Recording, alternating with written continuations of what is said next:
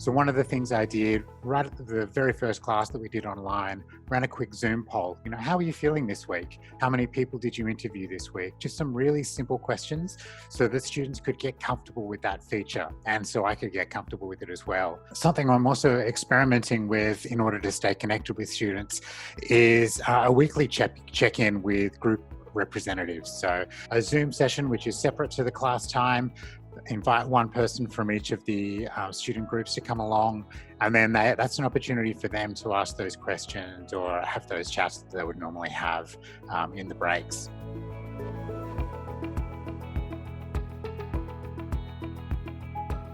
The opportunity that has also come about from being on Zoom, I run a night class. It's from 6 o'clock till 9 o'clock. And last semester, when I had guests come along, mentors or guest speakers, I'd always try and arrange that for 6 o'clock or something so I could meet them before class, have a quick chat, and let them go around 7:30 once they'd finished their bit, so I wasn't keeping them for too long. Now that things are on Zoom, I've organized for mentors and for guest speakers to turn up, at 8 o'clock at night. So it's actually helped me structure my classes a little bit better. I can cover some content first and then say, and now here is someone who can talk about this from a real world perspective.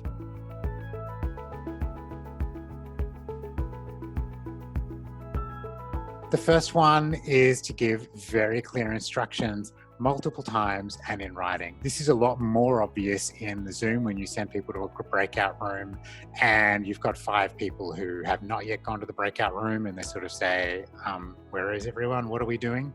So making sure I give clear instructions and do it in writing, both putting that up on the slides that I'm sharing and also copying and pasting that into the chat. I've also experienced this bit of a challenge this semester, having those direct interactions you would have, walking the room while the activities are happening. So I've replaced those with breakout rooms, which is good when it's just myself and Afreed, my teaching assistant. I can control which of us goes into which breakout room. But when I have lots of mentors coming along, lots of guests coming along, I've asked the students to create their own Zoom sessions and sharing those links with the mentors so that they can drop in and out as required without me having to control which rooms they're going to and the timing of those.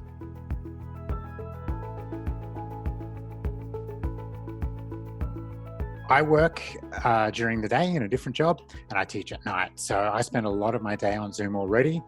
Make sure I finish my day job by about 5:30, go for a quick walk to clear my head before jumping on to my class just before 6 o'clock. After class, I set the lecture recordings to upload to Canvas so they're available.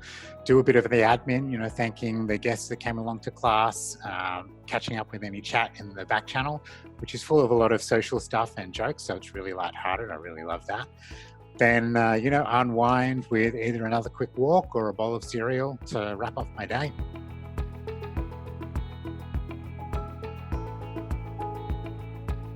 I've learned this semester teaching online how much students really value the interaction and the discussion they have with their classmates. As I said, you can mix people a lot more easily than you can in a physical classroom by using the breakout rooms and having them talk to people they wouldn't normally talk with in person. That's been really valuable both for me and for the students.